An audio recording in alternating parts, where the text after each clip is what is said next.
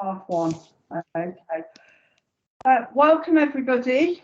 I'm Sonia Washchuk. I'm one of the early years advisors for Warwickshire, and we've also got Jane Coates, Fidelia Richardson, Jessica Holderness, and we will have Nadia English joining us very shortly.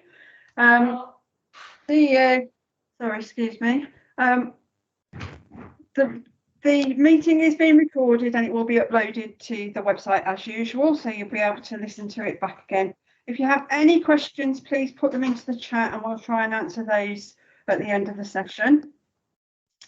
I'm going to hand over to Jane, who's going to talk us through some of the latest information and Warwickshire specific data. So thank you, Jane, over to you. Lovely, thanks Sonia. Good afternoon everyone, and thanks for joining us again. I can't believe how quickly the summer holidays has flown by. We're definitely at the point now where we're noticing an uptick in demand for public health and local authority input, particularly around education and early years settings ahead of the start of the new school term. It's great that Fidelia's back after a period off, and so as Sonia said, she's here today and will, along with me, help with picking up and answering your questions as much as we're able to. It's fair to say, unfortunately, that we're into a period of growth in case numbers, and it was predicted by pretty much everyone as a consequence of the removal of the isolation requirement for close contacts. We're aware of the impacts on your services, and I'm afraid this is reflected across other workplaces and settings where people are congregating in numbers. I realise that telling you you're not alone isn't any comfort, and that it doesn't solve the problems you're having to deal with in terms of trying to limit transmission within a limited national framework for health protection. This was always going to be a really challenging period for society in moving past restrictions, and government is very much of the view that we need to rip off the plaster and find ways of living with COVID so that life can return to normal, whatever that means. I've put my usual couple of charts in the chat column, and if you double click on each one, it'll expand to a readable size so that you can look at the numbers. The grey and green bar chart, which is the first one in the column, clearly shows that Rugby has currently got the highest case rates in the West Midlands region, and that's approaching 386 cases per 100k of population over a 7-day period. The number has been up into the low 400s over time, and so obviously it has dropped from that, but Rugby has been near or at the top of the table for the last couple of weeks.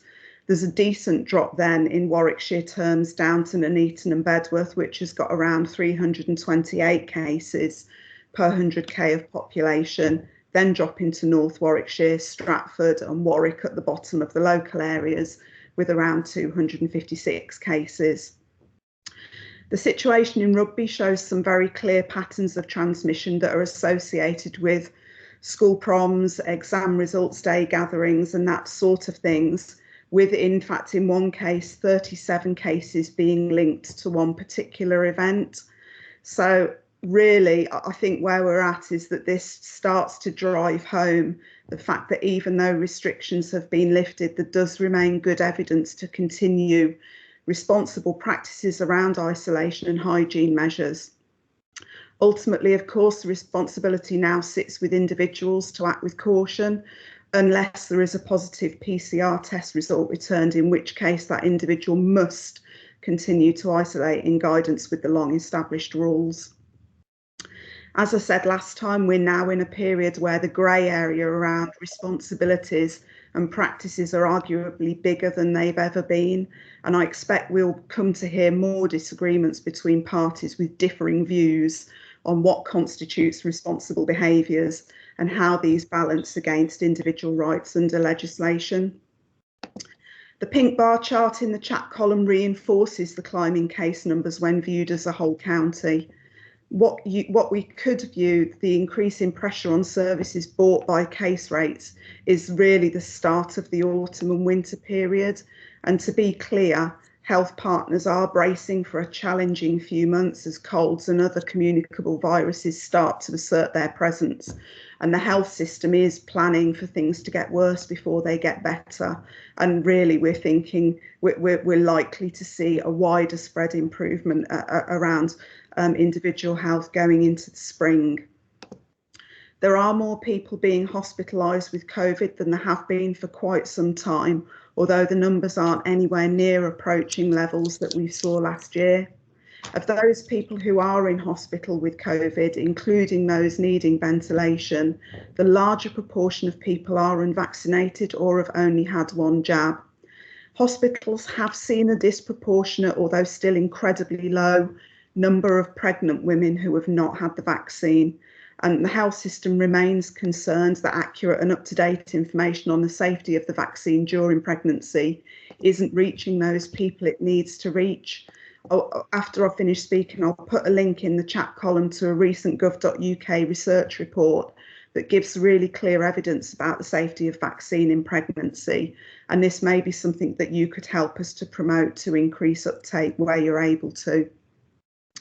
What I would also say is that there are double jabbed people represented in the COVID hospital figures. And as the percentage of the jabbed population increases, this is only to be expected.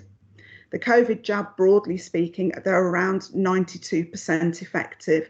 So there will always be a very small group of people for whom immunity or protection is slightly diminished. No jab for anything is 100% effective, as we all know. As we see more double jab people going into hospital, we expect that this will be picked up by those who are spreading inaccurate and fearful messages as a reason not to get the vaccine. And I would say it's really worth remembering that it's impossible to judge just how much more poorly those double jabbed people in hospital would have been without the vaccine. But it's likely that the vaccine has limited the ill effects those people are experiencing.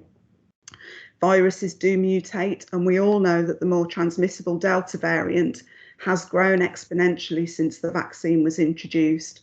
Much as happens annually with the flu jab, future COVID boosters will be tweaked to maximise protection against emerging variants. And our message, therefore, is that having the COVID vaccine is still the best way of protecting yourselves and your loved ones from catching COVID or of becoming very ill from it. Moving on to COVID testing, we still have 4 locations in county where people can book a PCR test in person using 119 or gov.uk.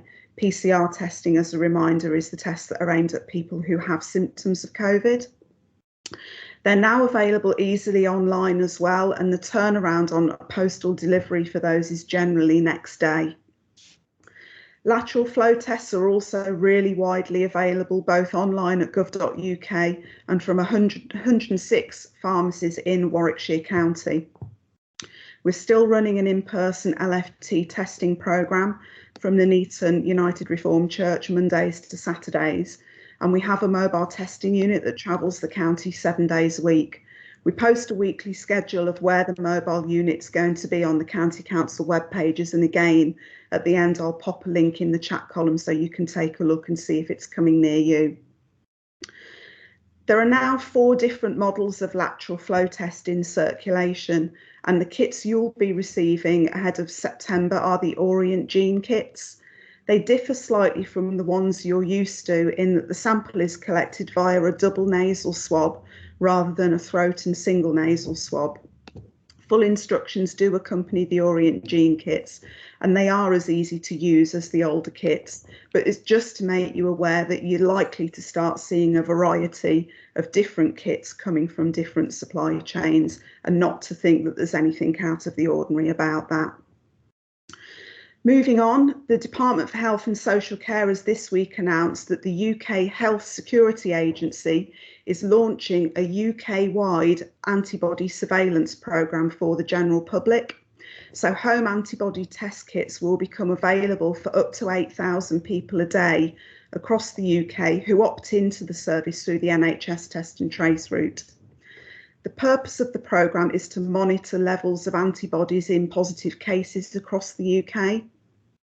The data collected will help estimate the proportion of those who got COVID-19 despite developing antibodies as a result of having a vaccine or previously catching coronavirus. The new UK-wide antibody testing service rollouts which will be catchily known as the Post-Positive PCR Antibody Testing Initiative, or PATI, offers everyone over the age of 18 the opportunity to opt into antibody testing when registering for a PCR kit. Randomly selected individuals out of those who opt in and who subsequently test positive following a PCR test kit will be sent 2 finger prick antibody tests to complete at home and return for analysis. So I expect this will be launching imminently if it hasn't done already, so do please look out for it. Coming back to the local area to finish up, we've been hearing from a number of you in relation to the spread of positive cases linked to non-isolating close contacts. There is no disputing that this is and will remain a challenge. Government advice, which we support, is that close contacts of a positive case can get a PCR test to check their own status. Isolating while waiting for the PCR result is good practice, which we support, but is not required under the current government rules.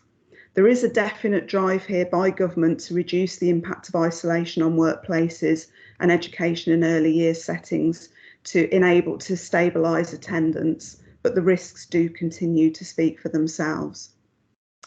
Finally, we'd be grateful if you continued to report cases using the online form that you've had to date. This really does help us understand transmission patterns and informs public health decision making. So on that note, if Nadia's arrived, I will pass over to Nadia Inglis, consultant in public health, and I'll be happy to carry on picking up your questions in the chat column. Thank you. Thanks, Jane, and hello, colleagues. I think there's a very comprehensive overview, so I'm not sure there's much I'd add to that, other than I think with the messaging around isolation, just wanting to be really clear that anyone with symptoms should still isolate with their households, and also if you're a close contact but not fully vaccinated, and that means you're at least, if not more than 14 days after your second dose, then you still do need to isolate. So I think those two things are really important, and I think some of that messaging hasn't quite come through in the right way. And I think I'm really keen to hear from colleagues on the call about the plans. I think early years colleagues will tell me or not, that have been circulated that we're proposing to use initially going forward into this new phase, from the perspective of supporting you with managing cases and outbreaks, given that it is a very different landscape now. So really keen to hear some feedback, or if there are any questions about that. But I think, we're in a position where cases are very high, plateauing if not going up, and I think Jane mentioned rugby, which we know has gone up fairly sharply, and we do expect it to continue to go up. So we want to try and remain as flexible as we can in our approach, and if things aren't working for you as well, then please do let us know, because it's good to hear your feedback, and we can look at how we might need to adapt our approach as we go into the winter. I just wanted to mention quickly, and in addition to the issues that we've been the challenges we've been having, early year settings have been having with parents, is bringing children into school with symptoms, mainly having a high temperature. So of course, as with any year, any time, if a child is symptomatic, then they should not be in the setting. So that is completely different to isolation of close contacts. If a child is symptomatic, showing any signs or symptoms of COVID-19, they should remain at home, take a PCR test until they know that they're negative, and then have no symptoms for 48 hours before returning to the setting. And if they opt not to do that test, then of course, if they have those symptoms of COVID-19, then they have to remain home for 10 days or until well. Yeah, and I think that's been causing, and we do recognise that it is going to be tricky going into winter because we've got things like RSV also circulating, which is not COVID. Even had a GP colleague email me yesterday saying, I've got a baby with a temperature of 39. Am I supposed to ask them to get a COVID test? And say yes, please do, because I mean that's how we've been trying to identify cases, since the beginning of the pandemic, and we will continue through this winter to do that, even though we know that there are other things circulating, but it's to rule it out more than anything else. So yeah, thanks, Fidelia, really good. Thanks, colleagues. I think that's all from us. Okay, has anyone got any questions? Feel free to put your hands up or pop your questions into the chat. Just give you a few minutes to do that. It would be interesting, I think, for everybody on the call really to know how useful you found the outbreak management plans. We've had some very positive feedback so far, Nadia, from a couple of settings. So thank you. I'm a bit worried about how other people think. Possibly people haven't actually had much chance to have a look at it just yet as well, because it only went out on Wednesday, didn't it, last week, I think. I was on holiday, so. Yeah, it'd be good. I also have a question for you, for colleagues on the call, because interestingly, working in Coventry as well, I've got one setting talking to me about the self-isolation hub, and I don't know if anybody on the call has had experience of having to ring the employment self-isolation hub to give details of a positive case, so that you can obtain a number that you can give to contact, so they can claim their self-isolation payment, or if you are paying staff whilst they're isolating. Just a question from me actually, because I'm trying to work out what to suggest on this one. Oh, somebody's struggling with the outbreak management plan. Kingsbury, tell us about struggles. You there? Hello? Want to talk to us, Tracy?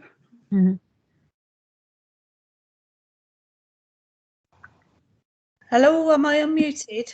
Yes, you are. You're unmuted. Yeah, I don't know if it's because I'm actually on holiday at the moment and not in work mode, but it totally blew my mind. It really stressed me out, and then I'm getting all my policies out. I've reviewed all my policies and procedures, and I just can't seem to link it all together. And there was a lot in that plan that I could not get my head round. Tracy, have you seen the PowerPoint slide, which was meant to break it down a bit further? Essentially,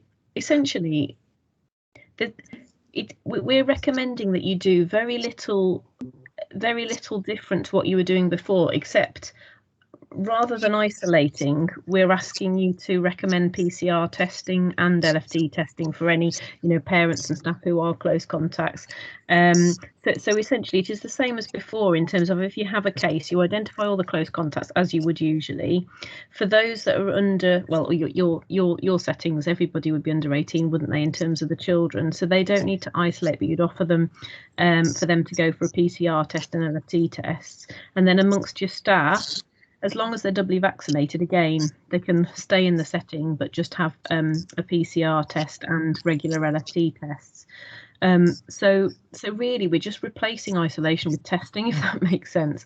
There's a slight nuance in the staff, because you do have to differentiate between those that are doubly vaccinated who don't need to isolate but can test and come in, and those that are not, who do need to isolate. They can still have a test, but they have to isolate for the full 10 days anyway.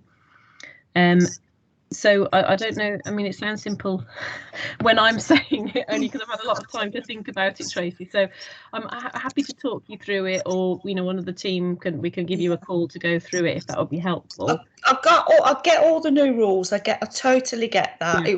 It was just the form itself, and there was lots of bits. Tracy, you don't have to use it. It's a template, and I know you well enough to know that you have your own systems at Kingsbury first. So you can kind of pick bits from it to add into your existing one if that's more useful for you. Yeah, because I'm a bit of a lone ranger, to be honest, because there's nobody above me. All those grids of putting different people in. It's like I'm on my own here. There's no one to put in. I It's can't. easy. You don't need a Self. table. You just put yourself in it. Yeah. Yeah. No, don't. I mean, this was just us trying to be, because I think, you know, we were asked by schools as well to kind of give us a template. So that was just our attempt. But we recognise that lots of different settings have got, you know, their own things. It's just to give a guide of things to think about. And how you operate that in your setting is completely up to you, or whether you want to use the template or not is completely up to you, you know. Thank you. I can foresee a lot of problems when we go back in September. An awful lot. Don't worry. It's not going to be easy. I think. No. I think we recognise that it's not going to be easy. But for us, it was trying to find a balance between saying, okay, don't identify any contacts because NHS Test and Trace will do it, which has left some settings in a slightly difficult position, and doing, you know, the full contact tracing that you were before. In some ways, for earlier settings, it's a bit easier because you've had these bubbles, so it's you know that they're really little, so they've had close contact with everybody in their bubble. But we're just trying to find a reasonable compromise. So in some ways we're going above and beyond with recommending the additional testing, but we'd rather recommend additional testing early rather than waiting till you've got 5 or 6 cases then recommending testing, because it's the same thing but we're just getting into it earlier, if that makes sense. So yeah. Thank you. And while I've got you, have you got any information on the vaccine and fertility that I can pass on to people? Lots. Yes. Oh, lovely. Thank you. Yeah, Jane, have you got something as well? So yeah, there's some nice FAQs from the British Fertility Society on it, explaining that not only is it a myth, but there's no conceivable way how it can affect fertility. So yeah, absolutely. Brilliant. That keeps cropping up. Thank you. The gov.uk link to the article is in the chat column already, but if you wanted something that, you know, with all the medical data in, then Nadia's got better access than me. Brilliant, thank you. It's just a bit further up underneath Jane's charts and things. Okay.